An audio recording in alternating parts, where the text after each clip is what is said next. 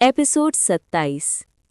College की सुबह हमेशा की तरह चहल पहल से भरी हुई थी, लेकिन आज का माहौल थोड़ा अलग था।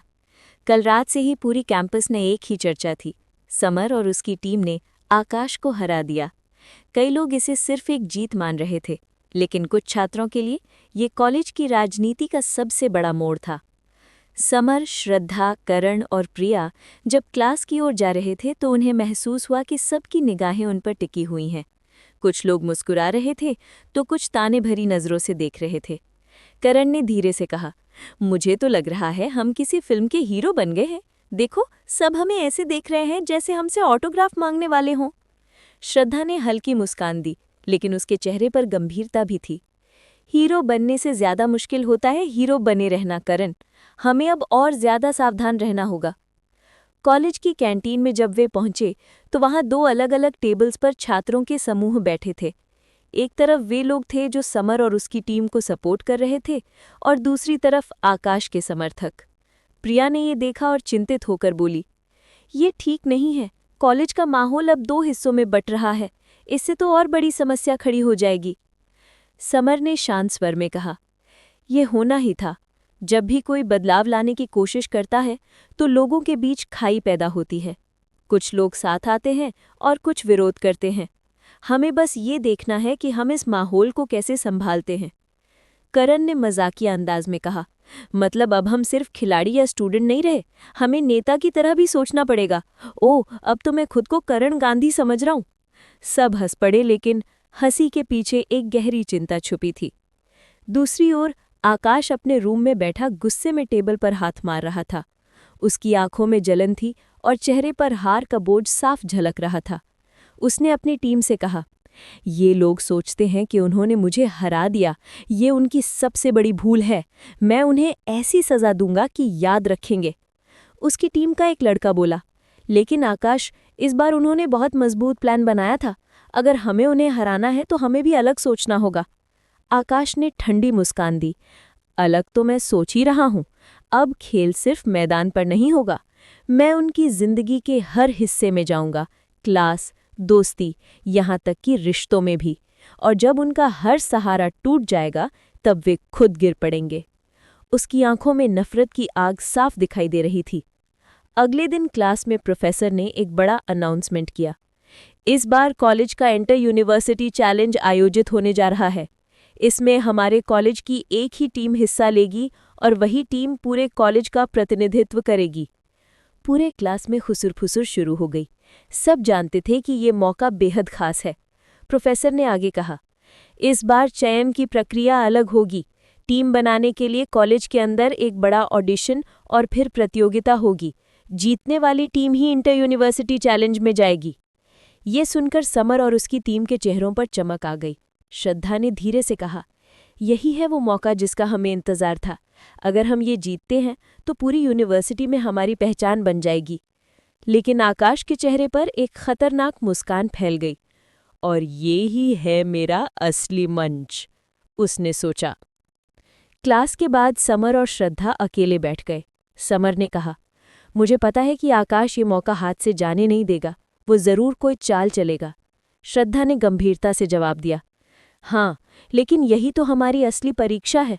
हमें अपनी टीम को पहले से ज्यादा मजबूत बनाना होगा, सिर्फ खेल के लिए नहीं, बल्कि हर उस चाल के लिए जो आकाश चल सकता है। समर ने श्रद्धा की ओर देखा और हल्के मुस्कान दी, तुम हमेशा इतनी शांत कैसे रह लेती हो? मैं तो कभी कभी घबरा जाता हूँ। श्रद्धा ने उसकी आंखों में देखकर कहा, क्योंकि मुझे तुम पर भरोसा है। जब तक तुम मेरे साथ हो मुझे किसी से डर नहीं लगता। समर कुछ पल के लिए उसकी आंखों में खो गया, लेकिन फिर उसने सिर झटका और कहा, तो चलो अगली चुनौती के लिए तैयारी शुरू करते हैं। शाम को चारों लाइब्रेरी में मिले। उन्होंने फैसला किया कि इस बार सिर्फ मैदान की प्रैक्टिस नहीं करेंगे, बल्कि दिमागी खेलों और स्ट्रैटेजी पर भी ध्यान देंगे। प्रिया ने अपनी डायरी खोलते हुए कहा, देखो, अगर इंटर यूनिवर्सिटी चैलेंज जीतना है तो हमें सिर्फ खेल में नहीं बल्कि मानसिक मजबूती में भी आगे होना होगा। आकाश हमेशा दिमागी खेल खेलता है और हमें उसकी चालों से पहले ही तैयार रहना होगा। करण ने उत्साहित होकर कहा, मतलब हमें एक साथ गेम प्लान और माइंड प्लान बनाना पड़ेगा। मुझे ये चैलेंज और भी मजेदार लग रहा है। श्रद्धा ने सबकी ओर देखते हुए कहा, लेकिन सबसे ज़रूरी बात यह है कि हम एक दूसरे पर भरोसा रखें। अगर आकाश हमें तोड़ने में कामयाब हो गया तो हम हार जाएंगे, चाहे हमारी तैयारी कितनी भी अच्छी क्यों ना हो। इसी बीच आकाश ने अपनी नई योजना पर काम शुरू कर दिया। उसने अपने कुछ खास लोगों को बुलाया और कहा, मुझे समर और उसकी टीम को हराना है, लेकिन इस बार मैदान पर नहीं, उनके रिश्तों और भरोसे में। हमें उनमें दरार डालनी होगी। अगर वे खुद एक दूसरे पर शक करने लगे तो उन्हें हराने के लिए हमें ज़्यादा मेहनत नहीं करनी पड़ेगी। उसकी टीम का एक लड़का बोला, लेकिन कैसे? आकाश ने रहस्यमयी मुस्कान दी और धीरे से कहा, बस देखो, जल्द ही उनके बीच ऐसा खेल खेलूंगा कि उनकी दोस्ती हमेशा के लिए टूट जाएगी। रात को जब सब हॉस्टल लौटे, श्रद्धा को एक अनजान नंबर से मैसेज आया। उसमें सिर्फ एक लाइन लिखी थी, समर पर भरोसा मत करो, वो तुम्हें सिर्फ इस्तेमाल कर रहा है। श्रद्धा ने फ़ोन की स्क्रीन को घूरते हुए गहरी सांस ली। उसका दिल धड़कने लगा। ये किसने भेजा था और क्यों? क्या ये आकाश की नई चाल थी या सचमुच कुछ ऐसा था जो श्रद्धा नहीं जानती थी? रात का अंधेरा अब और गहराने लगा था। हवेली की ऊंची दीवारों पर लगी लैंप की टिमटिमाती रोशनी पूरे आंगन को रहस्यमयी बना रही थी। बाहर हवा की सिसकियां किसी गुप्त चेतावनी जैसी लग रही थीं। अंदर बैठक खाने में सन्नाटा पसरा हुआ था। केवल घड़ी की टिक टिक उस सन्नाटे को तोड़ रही थी। माया एक तरफ बैठी थी, उसकी उंगलियां लगातार मेज पर थिरक रही थीं।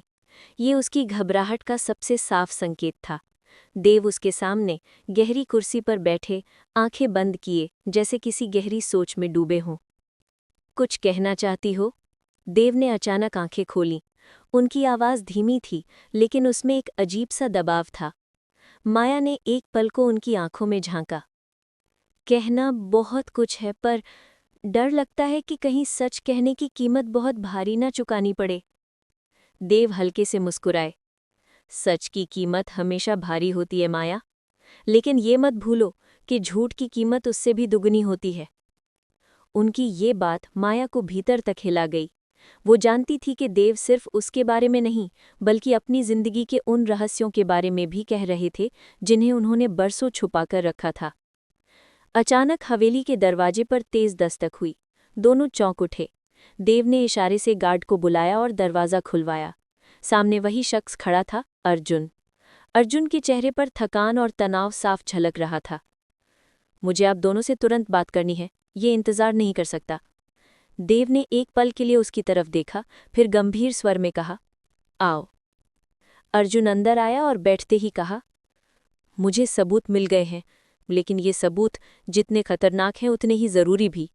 माया की धड़कनें तेज हो गईं। कौन से सबूत? अर्जुन ने अपनी जैकेट से एक छोटा सा पेन ड्राइव निकाला। इसमें वो सारी फाइलें हैं जो तुम्हें सच तक ले जाएंगी। लेकिन उसने रुककर गहरी सांस ली। इससे तुम्हें सिर्फ देव की अतीत का सच ही नहीं, बल्कि उन ताकतों का भी सामना करना होगा जिनसे लड़ना आसान नहीं है। देव की आंखें संकुचित हो गईं। तुम्हें ये सब कैसे मिला? अर्जुन मुस्कुराया, लेकिन वो मुस्कान थकी हुई थी। मेरे अपने तरीके हैं, लेकिन अभी ये मायने नहीं रखता। सवाल यह है कि तुम दोनों इस सच को उजागर करने की हिम्मत रखते हो या नहीं। माया ने पेन ड्राइव को देखा। उसकी आंखों में जिज्ञासा और डर दोनों थे। ये वही मौका था जिसकी वो लंबे समय से तलाश कर रही थी। लेकिन उसके सामने देव बैठे थे, वही व्यक्ति जिसे वो धीरे धीरे समझने लगी थी, जिसे वो अब सिर्फ नफरत नहीं करती थी, बल्कि कहीं न कहीं उसके करीब भी खिंच रही थी। उसके भीतर दो आवाज़ें लड़ रही थी। एक कह रही थी, माया, यही तुम्हारा सपना है, सच्चाई लिखो, पूरी दुनिया को बताओ, यही तुम्हारा पेशा है, यही तुम्हारी पहचान है। दूसरी आवाज़ फुसफुसा रही थी, लेकिन देव, उनका क्या? क्या तुम उन्हें इस तरह दुनिया के सामने बेनकाब कर पाओगी? और अगर सच ने उन्हें तोड़ दिया तो?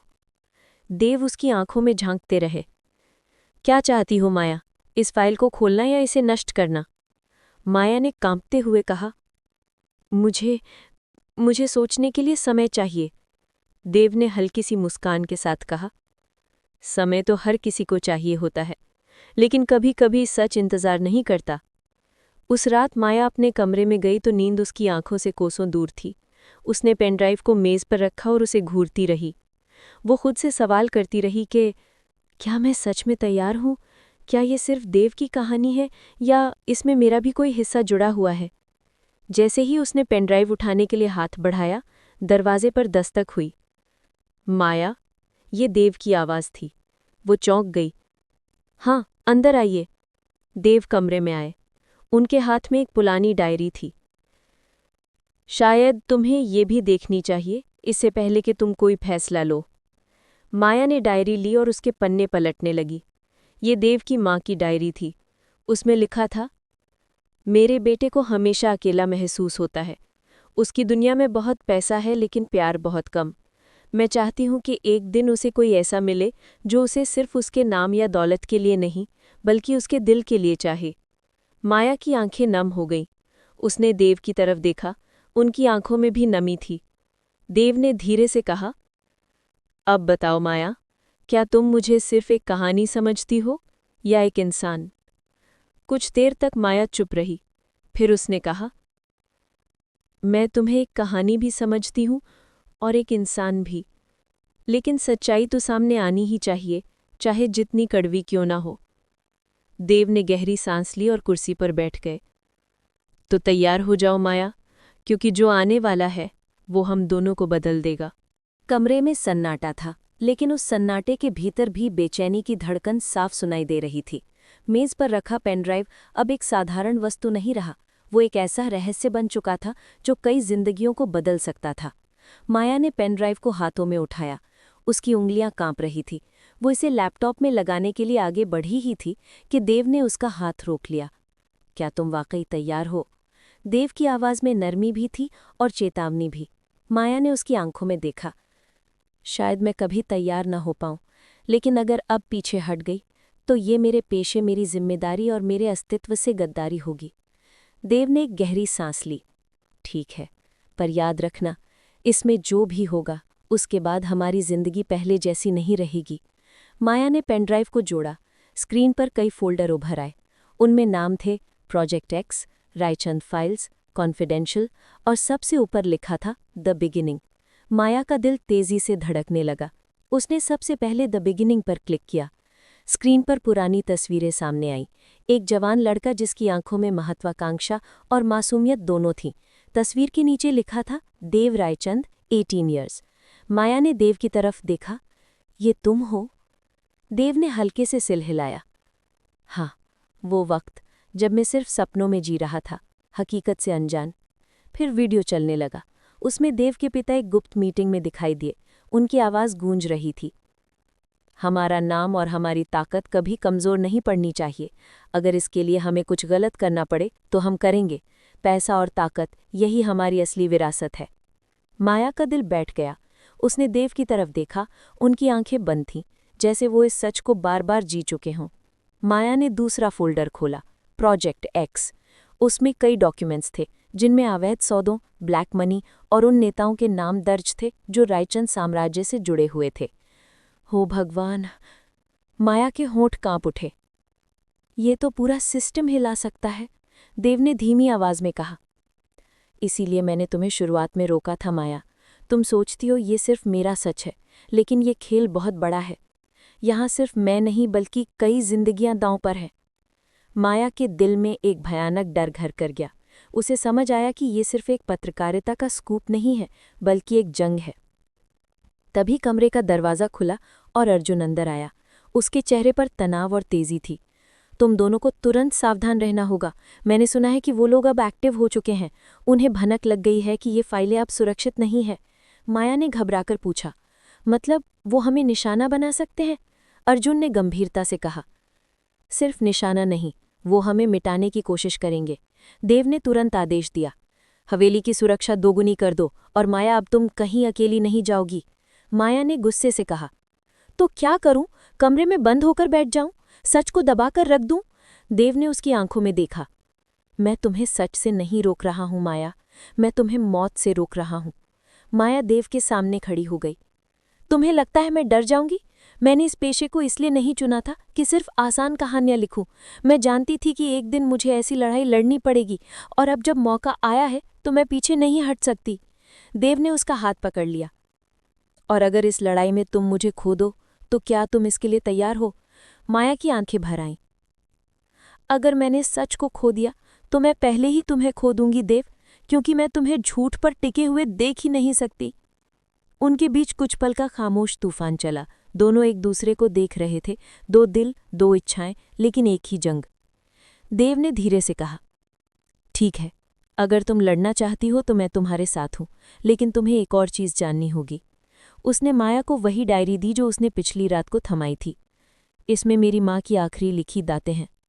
माया ने पन्ने पलटे। उसमें लिखा था, अगर कभी मेरा बेटा किसी ऐसे मोड़ पर पहुंचे जहां सच और ताकत आमने सामने खड़े हों, तो मैं चाहूंगी कि वो सच चुने, क्योंकि ताकत तो आज है, कल नहीं, लेकिन सच वही उसे हमेशा जिंदा रखेगा। माया की आंखों से आंसू गिर पड़े। उसने डायरी देव की ओर बढ़ाई। तुम्हारी माँ भी चाहती थी कि सच सामने आए। देव की आंखों में नमी थी। हाँ, लेकिन उन्होंने कभी ये नहीं सोचा होगा कि इस सच की कीमत इतनी बड़ी होगी। अचानक बाहर से गोलियों की आवाज़ गूंज उठी। हवेली के गार्ड्स चिल्लाने लगे। अर्जुन खिड़की की ओर भागा और चौंक गया। वो आ गए हैं, उसने चिल्लाकर कहा। माया और देव दोनों खड़े हो गए। हवेली पर हमला हो चुका था। बाहर काले कपड़ों में नकाबपोश लोग हथियारों से लैस होकर अंदर घुसने की कोशिश कर रहे थे। देव ने तुरंत माया का हाथ पकड़ा। यहाँ से निकलना होगा। माया हक्का बक्का थी। लेकिन वो फाइलें? देव ने उसकी आंखों में देखा। फाइलों से ज्यादा तुम्हारी जान जरूरी है। अर्जुन ने उन्हें गुप्त रास्ते की ओर ले जाने की कोशिश की। हवेली के पीछे एक पुराना दरवाज़ा था जो कभी इस्तेमाल नहीं होता था। लेकिन तभी गोली की आवाज़ आई और अर्जुन गिर पड़ा। माया चीख उठी, अर्जुन! देव ने उसे थामा। उसे छोड़ो माया, अगर रुके तो हम सब मर जाएंगे। माया की आंखों में आंसू थे, लेकिन वो देव के साथ दौड़ने लगी। उनके पीछे धुआं और गोलियों की गूंज थी। जब वे हवेली से बाहर निकले और सुरक्षित जगह पहुंचे, माया ने देव का हाथ कसकर पकड़ लिया। अब मुझे समझ आया देव, ये लड़ाई सिर्फ पत्रकारिता की नहीं है, ये जिंदगी और मौत की लड़ाई है। देव ने उसकी आंखों में झांका। और अब तुम बताओ माया, क्या अब तुम सच के लिए तैयार हो? माया ने बिना हिचकिचाए जवाब दिया। हाँ देव, क्योंकि अगर मैं झूठ के साथ जीती रही तो ये भी मौत से कम नहीं होगी। देव ने उसकी आंखों से बहते आंसू पोंछे और धीमी आवाज में कहा, तो चलो ये लड़ाई साथ में लड़ते हैं। अब चाहे अंधेरा कितना भी गहरा क्यों ना हो, हमें जीतना ही होगा। रात की स्याह चादर के बीच हवेली के बाहर हलचल बढ़ चुकी थी। चारों तरफ अंधेरा था, लेकिन उस अंधेरे में भी दुश्मनों की परछाइयां साफ दिखाई दे रही थीं। गोलियों की गूंज अब भी हवा में तैर रही थी। हवेली पर हमला करने वालों ने पूरे एरिया को घेर लिया था।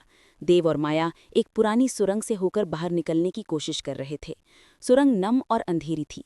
दीवारों पर जालों की मोटी परत जमी हुई थी। उनके कदमों की आहट और ऊपर से आती गोलियों की आवाज़ मिलकर एक अजीब सा डर पैदा कर रही थी। माया के दिल की धड़कन तेज थी। उसके मन में बार बार अर्जुन का चेहरा घूम रहा था, जो हमले के वक्त गिर पड़ा था। क्या वो बचा होगा या सब खत्म हो गया? इस सवाल का जवाब उसके पास नहीं था। देव ने उसकी हथेली कसकर थाम रखी थी। डरो मत, हम यहाँ से सुरक्षित निकल जाएंगे, उसने धीमी आवाज में कहा। माया ने उसकी ओर देखा।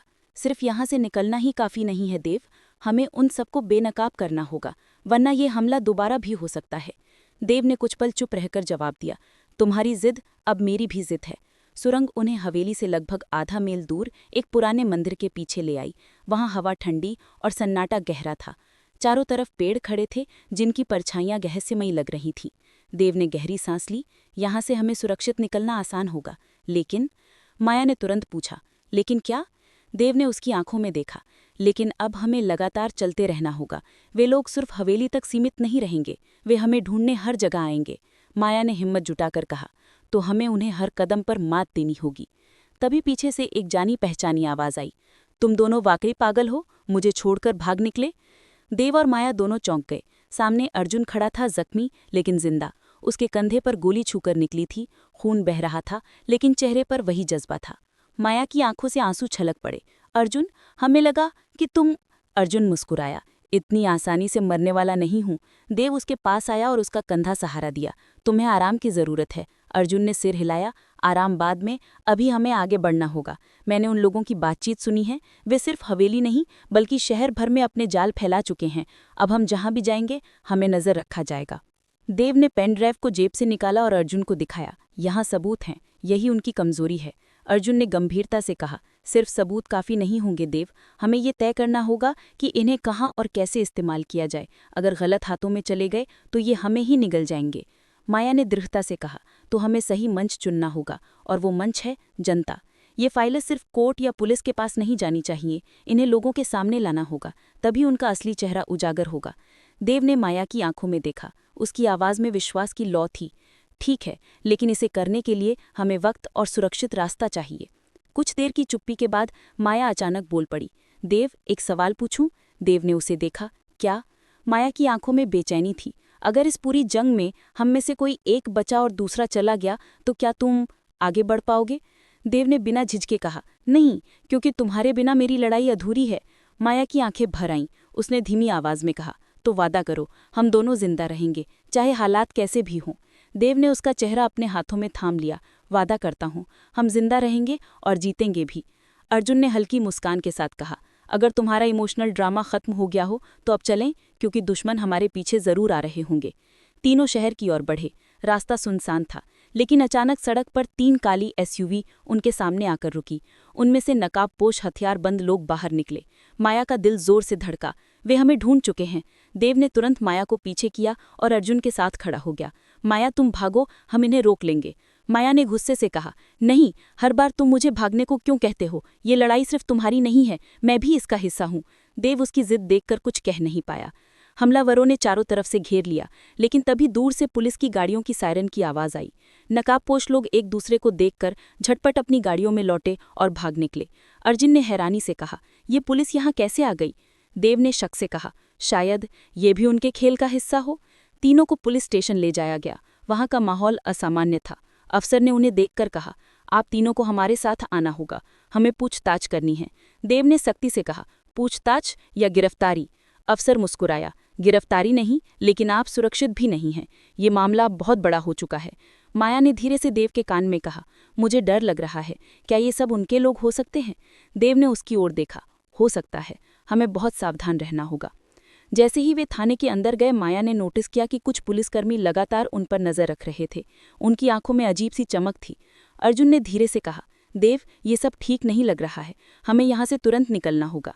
देव ने चारों तरफ देखा और समझ गया कि हालात बिगड़ सकते हैं, लेकिन निकलने का रास्ता आसान नहीं था। इसी बीच थाने के अंदर बड़े ऑफिस में एक शख्स दाखिल हुआ। उसके चेहरे पर सख्ती और रहस्यमयी मुस्कान थी। तो ये हैं वो लोग जिनके पास हमारी सच्चाई है। माया और देव दोनों ने एक दूसरे को देखा। ये साफ था, अब खेल और भी खतरनाक हो चुका था। हल्की सी रात की ठंडी हवा समंदर से बहती हुई हवेली की खिड़कियों से टकरा रही थी। चांदनी हर कोने में बिखरी थी, जैसे आसमान भी इस रात को खास बनाना चाहता हो। हवेली के अंदर उस विशाल हॉल में हर कोई मौजूद था। देव, माया, आरव, काव्या, इंद्रजीत, यहाँ तक कि कुछ खास मेहमान भी। ये एक ऐसा पल था जो सबकी किस्मत तय करने वाला था। देव और माया आमने सामने खड़े थे। उनके बीच न सिर्फ सवाल थे, बल्कि वो सारे जवाब भी, जिन्हें सुनने के लिए दोनों बहुत दिनों से तरस रहे थे। माया धीरे से आंखों में दर्द और मोहब्बत लिए बोली, देव, इतना लंबा सफर हमने तय किया, इतने झूठ, इतने राज और इतने तूफानों के बीच, क्या अब सच में हमें सुकून मिलेगा? देव ने उसकी ओर देखा। उसकी आंखों में वही गहराई थी जो पहली बार माया ने महसूस की थी। खामोशी में भी तूफान और सख्ती में भी छुपा प्यार। देव, सुकून तो शायद कभी पूरा न मिले माया, लेकिन जो भी हो, अब से हम साथ झेलेंगे। तुम्हारे बिना मैं अधूरा हूं, और ये बात मुझे अब माननी ही पड़ी। माया की आंखों से आंसू निकल आए। वो आंसू न सिर्फ दर्द के थे, बल्कि उस जीत के भी थे जो उसने इस रिश्ते के लिए लड़ी थी। लेकिन तभी इंद्रजीत, जो अब तक चुप खड़ा था, अचानक हंस पड़ा। उसकी हंसी में जहर था, जैसे वो किसी बड़े राज को अभी सबके सामने रखने वाला हो। वाह, क्या नजारा है! एक पत्रकार और एक बिलियनर मोहब्बत के रंग में डूबे हुए। लेकिन तुम दोनों शायद ये भूल गए कि ये खेल अभी खत्म नहीं हुआ। तुमने सोचा मैं इतनी आसानी से हार मान जाऊंगा। देव ने उसकी ओर देखा, नफरत से भरी नजरों से। तुम्हारा खेल बहुत हो गया इंद्रजीत, अब कोई चाल नहीं चलेगी। इंद्रजीत ने जेब से एक छोटा सा पेन ड्राइव निकाला। ये देख रहे हो? इसमें वो सबूत हैं जो तुम्हें और तुम्हारे साम्राज्य को तबाह कर देंगे। अगर मैंने इसे मीडिया को भेज दिया तो तुम्हारी दुनिया पल भर में बर्बाद हो जाएगी। कमरे में सन्नाटा छा गया। सबकी निगाहें उस छोटे से पेन ड्राइव पर टिक गई। माया ने गहरी सांस ली। तुम्हारी ये पुरानी आदत है इंद्रजीत, धमकाने की। लेकिन शायद तुम ये भूल गए हो कि सच हमेशा छिपता नहीं और लोग तुम्हारे जैसे की सच्चाई जानने के लिए तैयार बैठे हैं। तभी आरव और काव्या आगे बढ़े। आरव: इंद्रजीत अंकल, अब बहुत हुआ। आपने मेरी माँ की जिंदगी बर्बाद करने की कोशिश की, मेरे पापा के साम्राज्य को तोड़ने की कोशिश की, लेकिन अब मैं चुप नहीं रहूंगा। काव्या ने आरव का हाथ थाम लिया और बोली, और ये सबूत तुम्हारे हाथ से अब हमेशा के लिए निकल जाएगा। इतना कहते ही दोनों ने मिलकर इंद्रजीत को घेर लिया। एक पल के लिए इंद्रजीत हक्का बक्का रह गया। देव भी आगे बढ़ा और उससे पेन ड्राइव छीन लिया। देव ने पेन ड्राइव को अपनी हथेली में कसकर पकड़ लिया और जमीन पर पटक कर तोड़ दिया। अब खत्म, तुम्हारा हर राज हर चाल यहीं खत्म हो गया। इंद्रजीत ने आखिरी कोशिश करते हुए कहा, तुम सोचते हो कि मुझे रोककर जीत गए हो? नहीं देव, तुम कभी चैन से नहीं रह पाओगे। तुम्हारे चारों ओर दुश्मन हैं। देव ने शांत स्वर में जवाब दिया, दुश्मन हमेशा रहेंगे, लेकिन अब मेरे पास वो ताकत है जो पहले नहीं थी, माया का साथ। और जब वो मेरे साथ है तो कोई भी मुझे गिरा नहीं सकता। माया ने देव की ओर देखा, उसका दिल भर आया। देव ने अचानक माया का हाथ थाम लिया सबके सामने। माया, मैंने तुम्हें हमेशा रोकने की कोशिश की, तुमसे दूर रहने की कोशिश की, लेकिन सच ये है कि मैं तुम्हें खोने से डरता था। अब मैं ये डर छोड़ रहा हूं। मैं तुमसे प्यार करता हूं और हमेशा करता रहूंगा। माया की आंखों से आंसू बह निकले।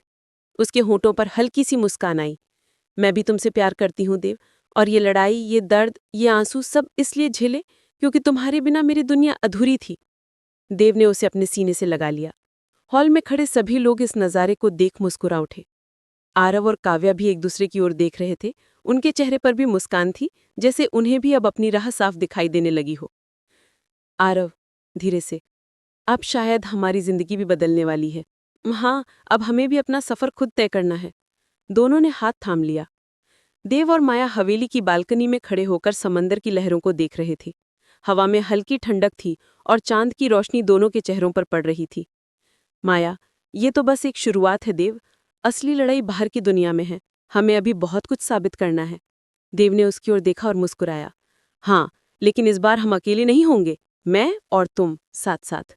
माया ने उसका हाथ कसकर थाम लिया। दोनों की आंखों में उम्मीद की चमक थी। समंदर की लहरें जैसे उनके वादे की गवाह बन रही थी। कैमरा धीरे धीरे जूम आउट करता है। हवेली, समंदर और चांदनी के बीच देव और माया की परछाई उभरती है। एक अधूरी कहानी के नए सफर की झलक दिखाई देती है। हर अंत एक नई शुरुआत होता है और उनकी मोहब्बत की ये शुरुआत अब सबसे बड़ी परीक्षा से गुजरेगी।